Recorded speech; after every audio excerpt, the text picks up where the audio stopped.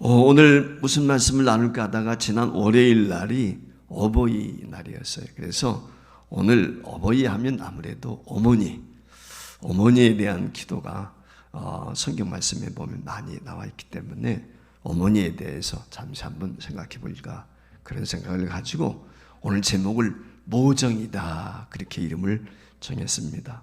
어머니의 사랑, 어머니의 정이다. 한마디로 말하면 그렇게 이야기할 수 있는데, 제가 그림 하나 보여드리겠습니다. 이게 뭐냐면 돼지감자거든요. 돼지감자 아시죠? 아마 여러분들 시골 가다 보면은 저렇게 어떻게 보면은 민들레 같기도 하고 뭐 이렇게 큰 해바라기 같기도 한 것처럼 이렇게 꽃이 필 때가 있는데, 여기 돼지감자, 흔히 이름을 다른 이름으로 이야기할 때 뚱딴지다, 그렇게 이름을 붙이거든요. 근데 이것이 왜 뚱딴지라고 하는 이름이 붙여졌냐면은 아무 데서나 이게 잘 자라는 거예요. 그래서 우리가 잘 아는 것처럼 감자는 하얀 꽃이잖아요, 그렇죠? 하얀 꽃인데 이 돼지 감자는 9월 달에 이처럼 꽃이 핍니다. 그래서 해바라기처럼 꽃이 펴가지고 봄에 이제 대체적으로 많이 수확을 거두게 되는데, 이 돼지 감자가 참 못생겼어요. 생긴 것이 아주 못생겼을 뿐만 아니라, 그런데 이것이 번식력이 아주 강합니다. 그래서 아무 땅에서든지 잘 자라는 것이 특징입니다. 뭐 돼지 감자는 감자하고 달라서, 감자는 여러분들이 아시는 것처럼 뿌리 식물이 있지만 뭐 그렇게 크게 자라지 않잖아요. 그런데 이 돼지 감자는 1.5m에서 대체적으로 키가 많이 큰 것은 3.5m까지 아주 사람보다도 더 크게, 아마 길거리에서 여러분들 이제 가다 보면 숲이 우거진데 풀이 많은데 이런 데 나 있는 것을 아마 보신 분들도 있으라고 생각이 돼요. 근데 이 돼지 감자에게 하나의 특징이 있습니다. 이눌린이라고 하는 아주 이 몸에 좋은, 한마디로 말하면은 섬유질을 많이 다량으로 함유하고 있을 뿐만 아니라 당뇨에 특효라고 합니다. 그래서 이 당뇨에 돼지 감자만큼 좋은 것이 없다는 것이죠. 그래서 오늘날은 이 돼지 감자가 귀해요. 이 돼지 감자는 옛날 사람들이 먹지를 않았어요, 이걸 원래. 그래서 그냥 버려뒀던 거리거든요. 근데 요즘에 와가지고 이 돼지 감자가 이처럼 이눌린이라고 하는 그런 성분이 다량 함유되어 있는데, 이것이 당뇨병과 성인병에 특효가 있다, 아주 좋다고 이렇게 나와 있습니다. 그래서 이 돼지 감자의 이눌린이라고 하는 것을 천연 인슐린이다, 그렇게 우리가 이야기를 합니다. 여러분 아시는 것처럼 신장 기능에 문제가 생기면, 당이 있으면 인슐린 주사를 맞지 않습니까? 그런데 이 돼지 감자가 그처럼 몸에 좋다라고 하는 것은 아마 여러분들도 가족력을 혹시 가지고 있는 가정에서는 잘 아시라고 생각이 듭니다. 그래서 변비 예방, 섬유질이 많기 때문에 변비 예방에도 좋고, 칼로리가 몹시 낮아가지고 아주 당분 해소하는데, 특별히 소화 흡수 분해가 늦다 그래요. 이게 빨리 소화되는 게 아니고 소화되는 게 늦어가지고 포만감이 있는 거예요. 그러니까 음식을 다량으로 먹지 않아도 배부름이 든든하게 느껴지는 거예요, 오랫동안. 그러다 보니까 이와 같이 다이어트 하는데도 아주 좋다라고 하는 것입니다. 혹시 먹어보신 분 계시겠지만은 이 돼지 감자 생 것을 이렇게 보면 약간 좀 달달합니다. 약간. 특별한 맛은 별로 없는데 주로 봄에 해동식 이 돼지 감자를 캔다고 하는 것이죠. 그래서 과거의 노인들에 따르면은 배고픈 시절에 이것을 주식으로 먹기도 했다라고 이렇게 이야기합니다. 사실 오늘날 어떻게 보면은 별미처럼 이렇게 돼지 감자 종종 구워서 먹기도 하죠. 아마 여러분들 경험이 있는지 모르겠지만 저도 구워서 이렇게 먹어본 적이 있는데, 구워서 먹으면 밤처럼 아주 토실토실하고, 그래서 별 맛은 없지만 아무튼 섬유질이 많은 것이 특징이라고 하는 것입니다. 근데 요즘에는 이게 이제 돼지 감자가 몸에 좋다는 그런 이야기들이 있으니까 뭐 샐러드도 만들어 먹고 여러 가지 요리들을 해서 부침개를 만들어 먹는다든지 뭐 그래가지고 많은 사람들이 애용을 하고 있다는 것입니다. 제가 오늘 이 돼지 감자 이야기하는 이유는 다른 데 있지 않아요. 이 뚱딴지, 볼품없는 것, 사람들이 잘 먹지 않던 거예요. 그런데 오늘날 학자들 가운데 이야기 들어보면은 이 돼지 감자가 아무 데서나 잘 자라고 사람 몸에도 좋기 때문에 미래에 식량난을 해소하는데 좋은 하나의 모델이 되는 식품이다 라고 이야기하는 학자들까지 있다고 하는 것입니다. 제가 이 돼지 감자 이야기하는 이유는 다른 데 있잖아요. 왜냐하면 과거의 사람들이 버렸던 거예요. 먹지 않던 거예요. 그랬던 것이 오늘날 와가지고 돼지 감자의 효능이 이와 같이 드러나게 되고, 많은 사람들이 이제는 치료제로서 또는 다이어트 하는데, 현대병을 예방하는데 이 돼지 감자가 사용이 되어지고 있다는 것입니다. 이 말의 의미는 무엇이냐면, 이 땅에 아무짝에도 쓸데없는 것이 없다. 다 무엇인가 나름대로 이유가 있다는 거예요. 그게 하나님의 섭리인 것 같아요. 과거에는 쓸데없는 것처럼 생각이 되었지만 오늘날 와가지고 이 효능이 새롭게 발견이 되면서 오늘날은 이 돼지 감자가 용이하게 된 것처럼, 여러분 잘 아시는 것처럼 기술자들이 버린 돌이 어떻게 됩니까? 성전의 모퉁이 돌이 되었단 말이죠. 이 말의 의미는 이 땅에 믿음으로 받으면 버릴 것이 하나도 없어요. 모든 것은 의미가 있다라고 하는 것을 제가 말씀을 드리고 싶어요. 특별히 우리 자녀들 잘났느냐 못났느냐 그거 상관없이 다 귀합니다. 우리 자녀들만큼 귀한 게 없어요. 그렇기 때문에 저와 여러분들도 마찬가지지만 하나님 앞에서 저와 여러분이 존귀한 자다라고 하는 것을 늘 자각하고 살았으면 좋겠어요. 옆 사람에게 이렇게 한번 인사했으면 당신은 참 존귀한 사람입니다. 네. 할렐루야. 여러분들만큼 존귀한 사람이 없어요. 왜냐하면 걸작품이니까. 하나님께서 저와 여러분을 거룩하게 하셨고 하나님의 자녀가 되게 하셨으니까 저와 여러분만큼 존귀한 사람이 없는 줄 믿습니다. 오늘 여기 본문 말씀을 통해서 한번 먼저 생각할 것이 무엇이냐면, 그것은 세상에는 참 아픈 사연들이 많구나 라고 하는 것을 먼저 첫 번째 우리가 한번 생각해 볼 수가 있습니다. 여러분, 이 세상 살아가면서 사연 없는 사람 있나요? 아무도 없어요. 다 있습니다. 논할 것 없이 모든 사연들이 있어요. 아픔도 있고 시련도 있고 고난도 있고 좋은 일도 있고 나쁜 일도 있고 누구든지 다 마찬가지입니다. 예수님께서 사실 오늘 이 본문 말씀을 하시기 이 앞전까지 보면 지쳐 있어요. 피곤하십니다. 그래서 두로와 시돈 지방이라고 하는 것을 어떻게 보면은 그와 같이 자세히 표현은 하고 있지만 제가 볼 때는 좀 쉬기 위해서 피신하지 않았는가, 저는 그런 생각을 좀 가졌어요. 그 앞에도 보면은 바리새인과 서기관들과 받는 논쟁을 막 벌이거든요. 여러분, 가장 힘든 것이 뭐냐면 논쟁 벌이는 거거든요. 근데 예수님이 밤낮주야 새벽 갈 것 없이 기도하시고 환자 고치시고 귀신 쫓아내고 말이죠. 논쟁하시고 천국 보험전하시고 한시도 쉴 새가 없거든요. 그런데 바리새인들 서기관들을 어떻게든지 예수님하고 논쟁해가지고 올무에 잡아가지고 고속거리 찾는단 말이죠. 그게 얼마나 힘들겠어요. 여러분, 이 세상에서 우리가 살다 보면 흠없는 사람 없잖아요.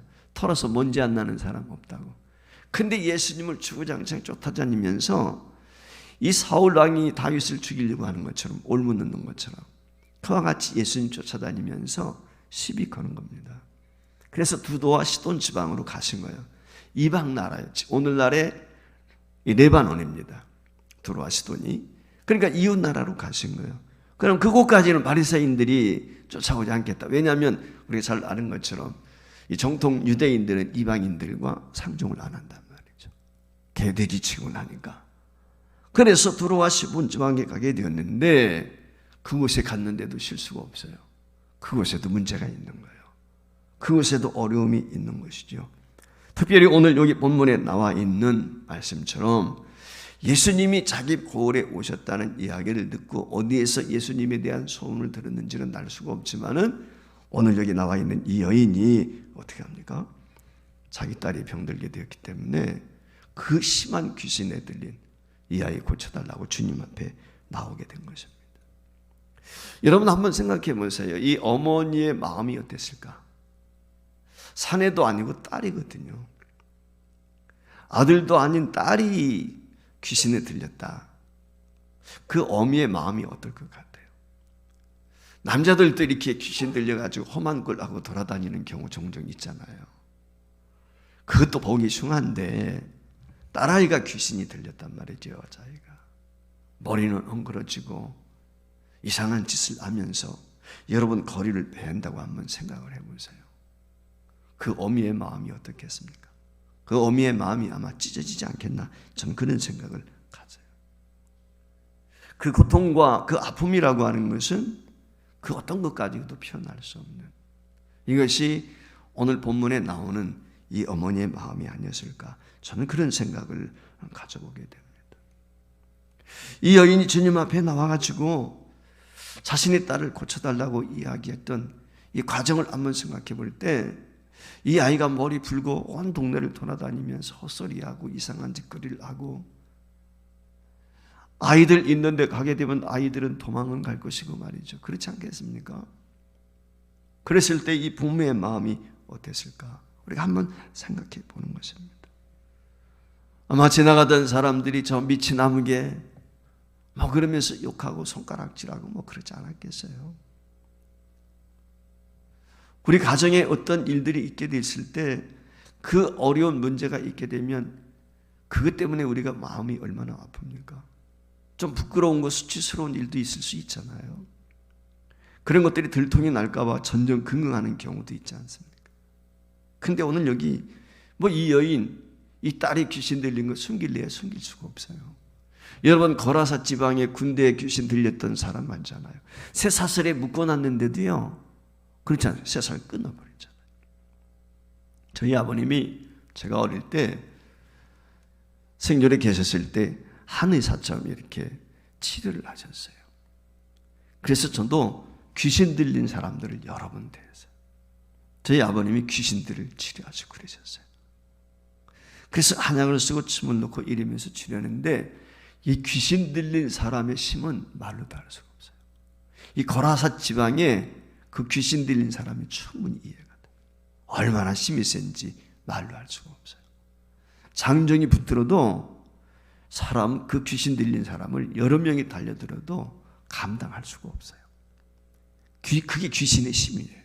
그게 귀신의 역사거든요. 그러니까 정신 이상하고 귀신은 다른 거예요. 뇌에 문제가 있는 거하고 귀신 들린 건 완전히 다른 거예요. 행동도 그렇고 모든 것이 달라요. 그러니까 이 여인의 딸은 지금 귀신이 들렸단 말이에요. 그러니까 동네 사람들이 지나가면서 손가락질하고 욕하고 막 그랬을 거예요. 어쩌면 아이들이 이 아이에게 귀신 들린 딸에게 돌팔매질 했는지도 모르겠어요. 왜냐하면 제가 어릴 때 그런 경험이 있거든요. 아마 시골에서 자라보신 분들은 그런 경험이 있을 거예요. 오늘 이 여인의 마음이 얼마나 아프겠습니까? 사실 우리 너나 할 것 없이 나만 가지고 있는 아픔들이 있어요. 내가 어떻게 내 마음을 알 수 있어? 내 사정을 알 수 있어? 내 가정 문제를 누가 알 수 있습니까? 사실은 알지 못하는 것들이 너무 많죠. 가슴 아픈 일이란 말이죠. 그런데 이런 마음조차 알아주지 않는 사람들, 가장 가까운 사람이 사실 어떤 때 보면은 손가락질하고 못질하고 그러거든요. 멀리 있는 사람, 모르는 사람들이 그런 것 가지고는 상처가 안 되잖아요. 우리가 상처에 대해서 요즘에 주일날 말씀을 나누고 있지만은, 상처가 되는 것은 아는 사람, 가까운 사람, 가족이라든지 친족이라든지 함께 교제하는 사람들이 어떤 얘기를 했을 때 그것이 상처가 되고 아픔이 되는 거거든요. 그러니까 이 여인도 아마 나름대로 그런 아픔이 있었으리라고 생각이 듭니다. 그래서 그런 아픔을 가지고 오늘 주님 앞에 나왔어요. 그리고 간증하는 것이죠. 오늘 여기서 우리는 이 여인이 믿음이 있으면 얼마나 있겠어요. 예수님이 어떤 분인지 예수님에 대해서 자세히 아는 건 없어요. 그냥 단지 소문에 예수님은 귀신도 쫓아낸다더라, 중풍병자도 고친다더라, 죽은 사람도 일으킨다더라 이야기를 들은 거예요. 그 이야기를 듣고 자기 동네에 예수님이 오셨다는 이야기를 듣는 순간 지금이다. 세상의 의술로 그 어떤 것 가지고 자신의 흉악히 귀신 들린 그 딸아이를 치료할 수 없는데 예수님 앞에 내가 나가야 되겠다. 아마 어쩌면 예수님이 자기 마을에 고을에 오셨다는 얘기를 듣고 벗은 발로 뛰쳐가지 않았을까. 이 여인이 예수 앞에 가면서 예수님 앞에 무슨 말을 할까 자기 계획하고 연습하고 그러가지 않았을 거예요.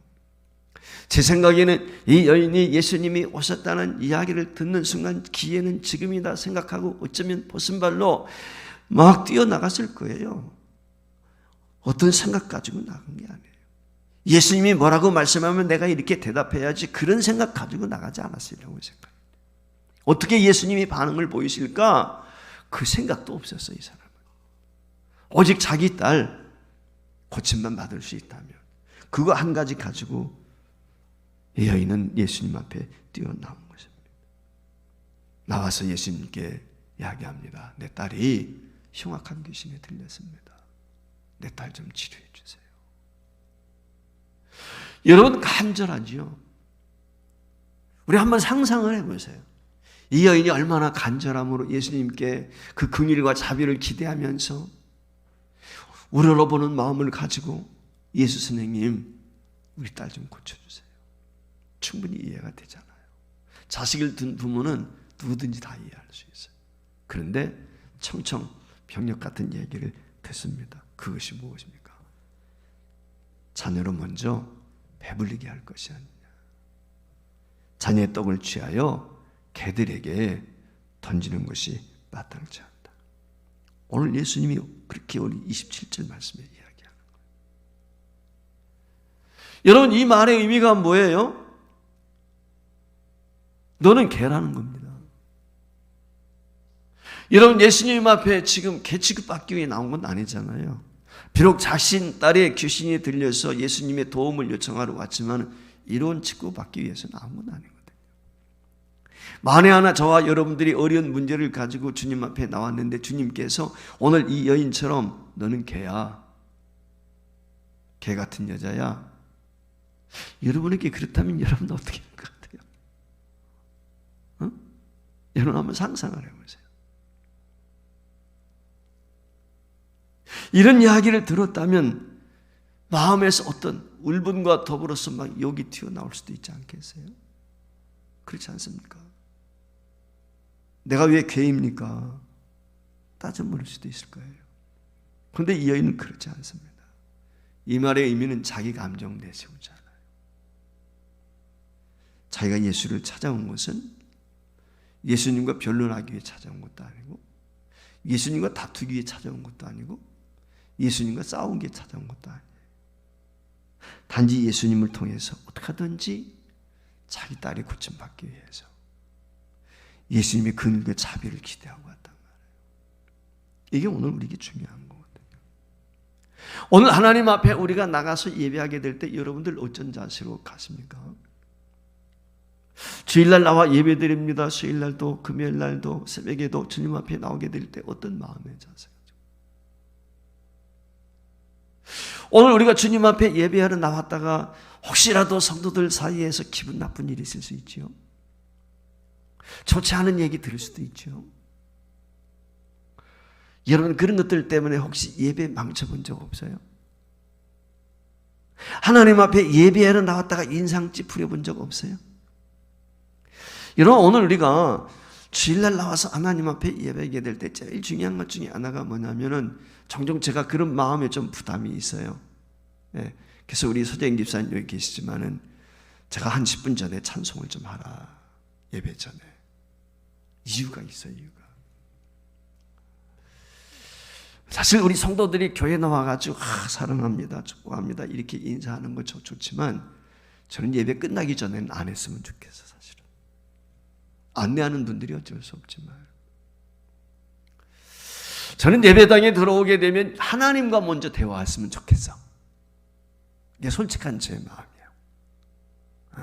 그냥 하나님만 보고 하나님 저 왔습니다. 제 일주일 동안 제가 힘들었거든요. 부부싸움도 했어요.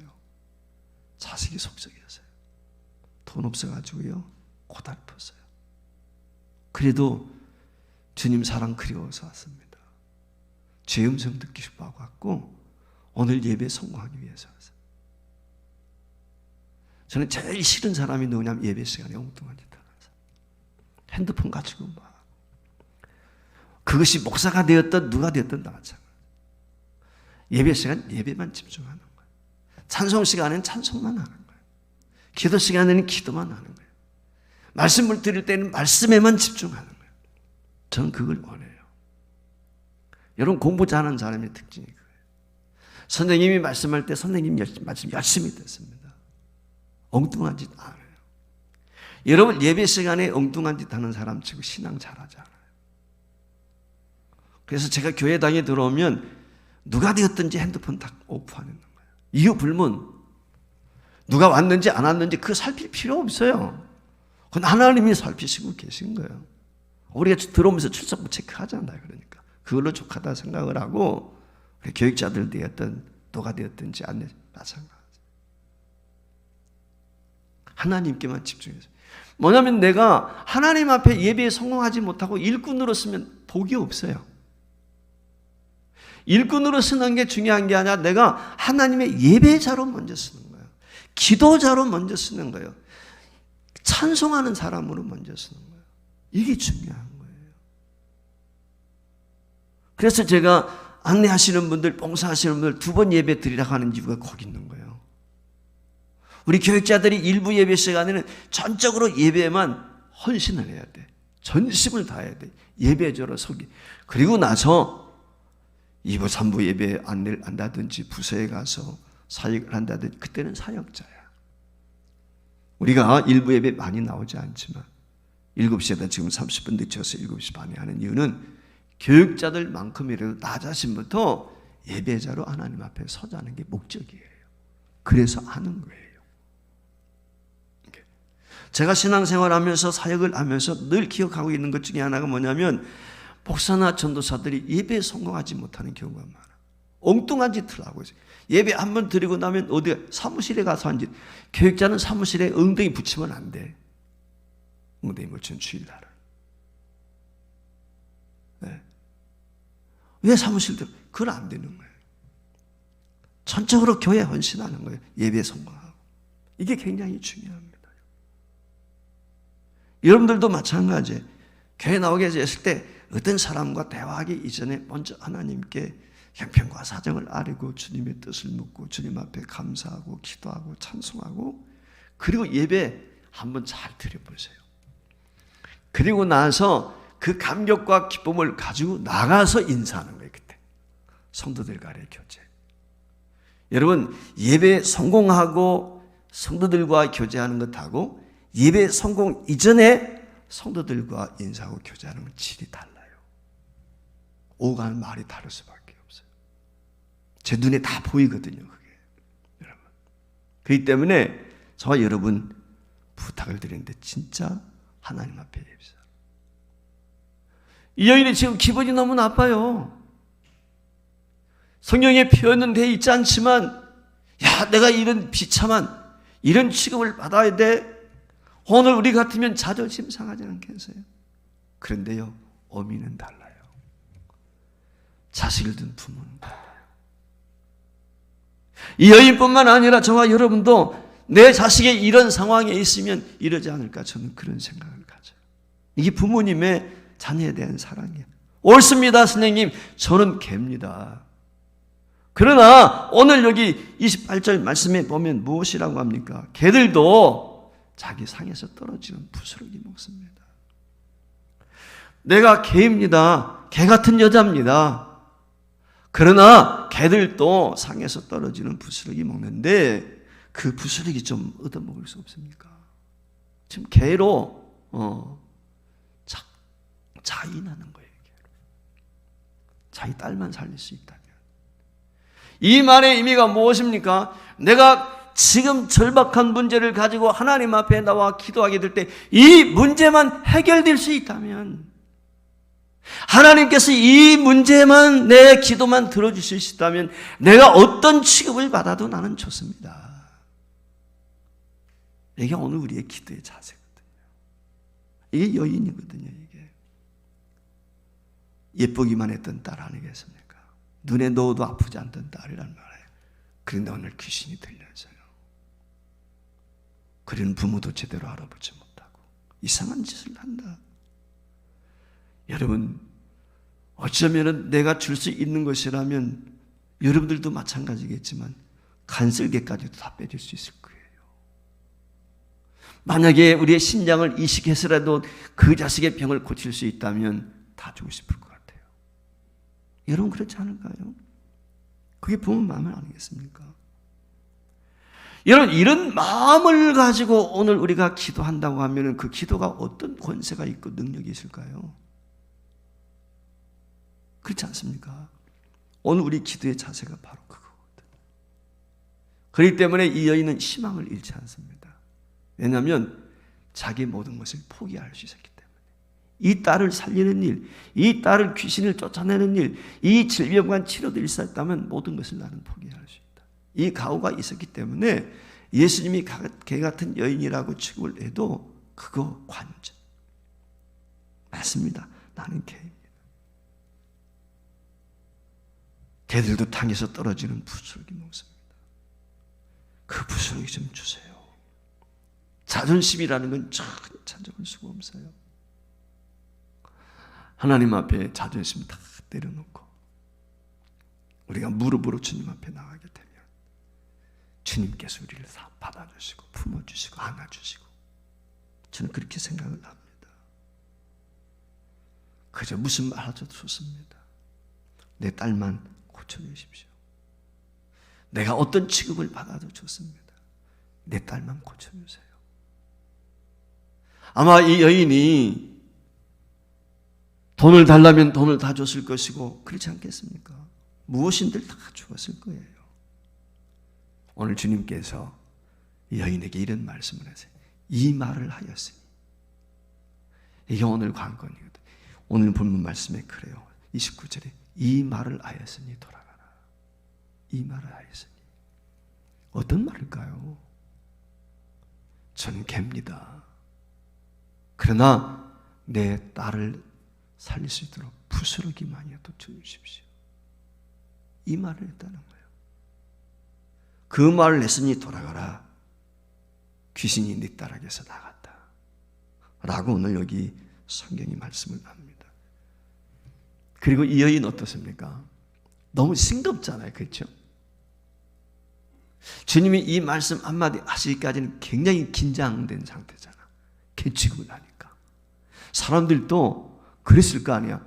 아마 이 여인이 개취급 받는 모습을 보면서 수근거리는 사람도 있었겠지만은 얼음이 됐을 것 같아. 다 얼어붙었을 것 같아.